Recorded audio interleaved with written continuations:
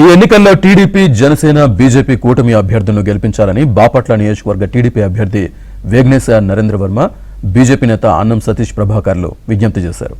Bapatla TDP కార్యాలయంలో వీరు మాట్లాడుతూ బాపట్ల మున్సిపాలిటీలో ఎన్నికలు జరగకుండా వైసీపీ ఎమ్మెల్యే కోన రఘుపతి ప్రత్యేక అధికారి పాలనతో అడ్డగోలుగా దోచుకున్నారని వేగేసిన నరేంద్ర వర్మ ఆరోపించారు. బాపట్ల మండలంలో కొన్ని మండలాల్లో గ్రామాలను మున్సిపాలిటీలో కలపొద్దని విజ్ఞప్తి చేశారు. ప్రజల అంగీకారంతోనే తాము మున్సిపాలిటీలో విలీనం చేస్తామని, ఈ ఎన్నికల్లో కోన రఘుపతిని ఇంటికి పంపడం ఖాయమని అన్నారు. ఈ ఎన్నికల్లో ఉమ్మడి అభ్యర్థులైన వేగేసిన నరేంద్ర వర్మ ఎంపీ అభ్యర్థిగా తెన్నేటి కృష్ణప్రసాద్ను గెలిపించుకోవాలని విజ్ఞప్తి చేశారు.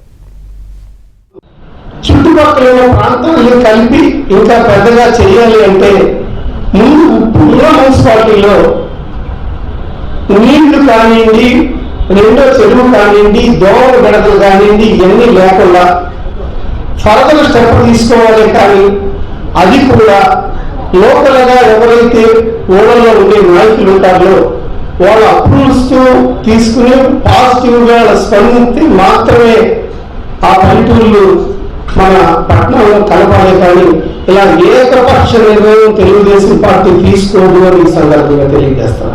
నా రిక్వెస్ట్, రేపు మళ్ళా తెలుగుదేశం ప్రభుత్వం ఎన్డీఏ బీజేపీ జనసేన ప్రభుత్వం వచ్చినట్టునే ఈ చుట్టుపక్కల ఉన్నటువంటి గ్రామాలన్నింటినీ విలీనం చేయబడినటువంటి అన్ని గ్రామాలని తీసివేసి పాత యథాస్థితిలో ఉన్నటువంటి 34 వార్డుల మున్సిపాలిటీని కొనసాగించేలాగా నిర్ణయం తీసుకోవడం, ఆ 34 వార్డుకి పారిశుద్ధ్యం కానీ, గ్రామీణులు కానీ, ఏ ఇళ్ళ అవసరాలు రోడ్లు డెవలప్ కానీ, ఇంటర్నల్ రోడ్లు డెవలప్ కానీ, కాలువ డెవలప్ కానీ, ఇటువంటి సౌకర్యాలు ఎన్నో సౌకర్యాలు ఇస్తాం.